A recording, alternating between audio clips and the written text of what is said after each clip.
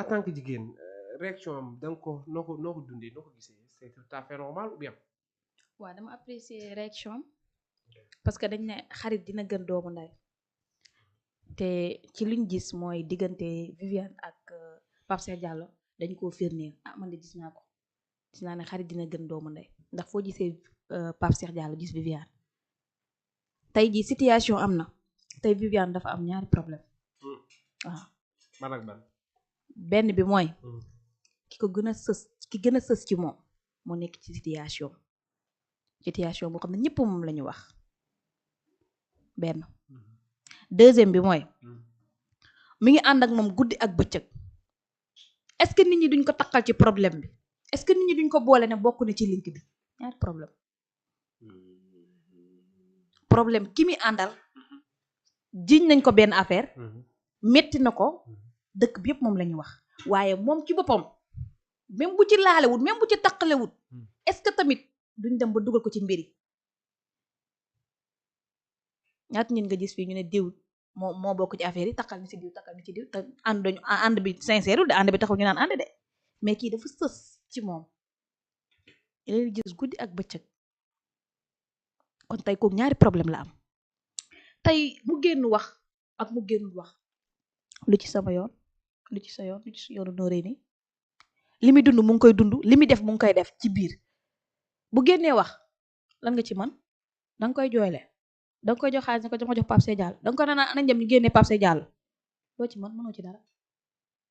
lu dul génn na wax lii la wax lii ak lii ak lii la wax loolu rek nga ci man kon tey moom mu wax ak mu ñàkk koo wax suñu yoon nekku ci ama ne sama yoon nekku ci li muy dund li muy jëflante ak Pape Cheikh Diallo ci prison bi ak li muy dund ak Pape Cheikh Diallo loolu moom la intéressé ñun suñu yoon nekku ci te defe naa ne lépp lu muy dund ak moom ci lu baax lay doon lépp lu muy dugg ak moom ci lu baax la parce que jiñ na ko lu baax ba pare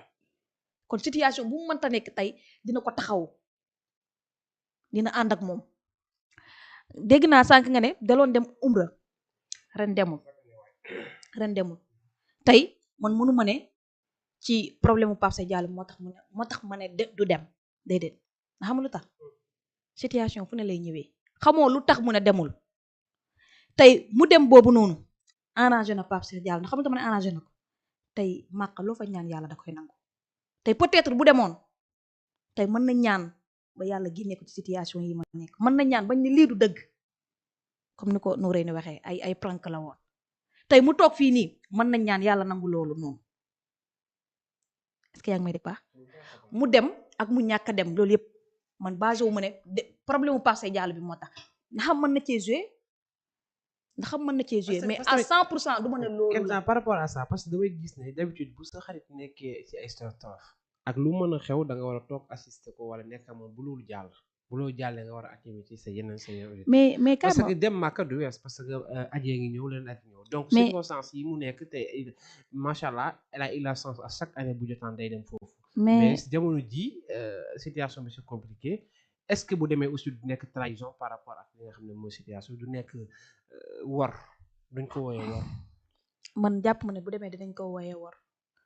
dëgg la mi ngi ci situation mais dama ne la tey moom mu toog ak mu ñàkk a toog day génne Pape Cheikh Diallo fi mu nekk situation yi jamono ji situation Pape Cheikh Diallo nekk Viviane da koo mën a génne fi mu nekk taxawaay bi tey man de boo nekk situation da ngay bëgg ñu lay seet di la réconcilier di la fan yii déggoo woon ñu ne visite bi dañ ko arrêté woon ñi sës ci moom ñoo koy seet est-ce que tey Viviane moom bu toogee mën na koo gis wala bu nekkee fee mën na koo gis tey taxawu boobu nga yow Bécaye nit ki nekkul da nga ko war a sës rek nga taxawu ko nekkul da nga ko war a chaque jour nga di ko jege loolu rek da nga ko war a taxaw déedéet nit a ngi nekk fu sori nga nekk fii te bu la waree taxaw dalay taxaw bu la waree dimbale dalay dimbale tey buñ basé wu ne man jël ma ne à 100% problème mu Pape Cheikh Diallo moo tax demul man nga xam mën na cee jouer mais jël ma ko à 100%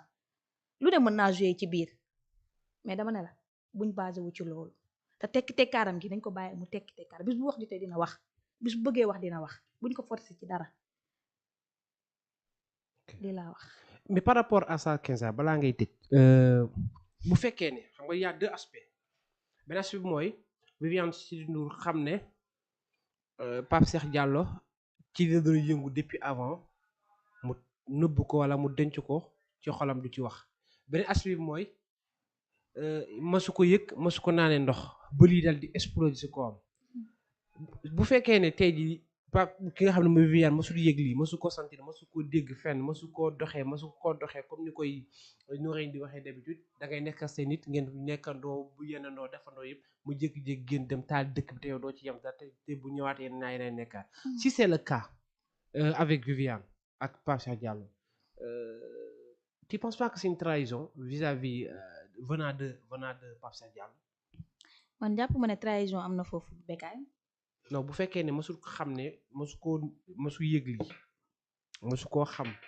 yëgu masul jàpp ne masul naanee ndox ne akama nangu li nga wax masul naanee ndox que ni akama nangu li nga wax mais dama ne la kii homosexuel la maanaam góor jigéen la Pape Cheikh Diallo góor jigéen la tey jii mu jékki-jékki rek affaire yi daanu ci koom comme ça jàpp ma ne trahison foofu am na fa à 100% xam lu tax yow am nga lu nekk ci yow keroog wax naa la ko bëggoo ma xam ko te ñu ngi ànd chaque jour ma nekk sama frère ma nekk sa sœur nga may digal saa su nekk mais am na loo xam ne man ci mi ngi ci man te bëgguma la ko wax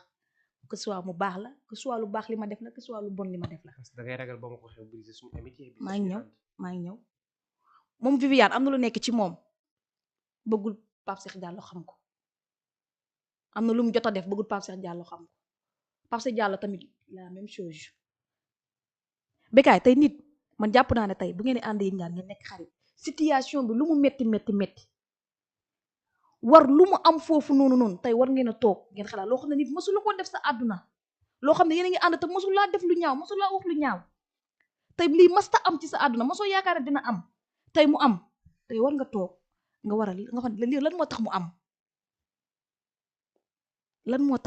lan moo tax mu def ma nii lan ak lan la mais fekk dafa am rek nga jël affaire jëlee ko doole bàyyi naa ko kii daf maa war kii def non mbir du noonu nit bu ngeen di ànd guddi ak bëccëg problème lu mu mënta am da ngeen toog ngeen waxtaan da ngeen toog nga ànd ak sa xel xool lan moo waral lii lan moo tax mu def lii mais bu nekkul ne man am naa problème rek ci lii ma dugg nii lu bon rek da nga maa war a beddi da nga maa war a sànni parce que dama la ko waroon naa la ko wax te waxuma la ko kon ànd boobu sincère man su ma nekkee ci situation ma def loo xam ñëpp ak naan fàttali ne def na tey war nga ma taxaw war nga ma jege nga laaj ma lan moo tax nga def lii lan moo tax ba ngay def lii suuraale woo ma tey peut-être mën naa la wax yenn affaire yoo xam ne tey boo toogee kon kii bi muy def lii suuraale woon na ma peut-être lii moo ko ci dugaloon mais man maa ko mën a taxawu. mais discussion bi quoi maanaam waxtaan bi wax. lépp dina am bu yàlla fekk Viviane mi ngi fi Pape Cheikh Diallo mi ngi fi lépp dina am seen waxtaan ñoom ñaar ñu toog xamoo ndax def nañ ko ci prison bi xamoo ndax bu génnee lañ koy def mais lépp dina am parce que ñoom ñaar ñoo ànd ñoom ñaar ñoo xaritoo li ñuy def kenn xamu ko li ñuy lijjanti kenn xamu ko yow xamoo ko man xawma ko buñ ñu waxul duñ ko xam. ok buñ ñu waxul du xam mu nekk situation boo xamante ni Sénégalais yëpp a ngi ci yàbbi diggante Viviane Chidid Ndour ak nga xam ne moom mooy Pape Cheikh Diallo nekk relation bu sincère relation boo xamante ne ni Sénégal yëpp macha allah bàyyi nañ ko xel.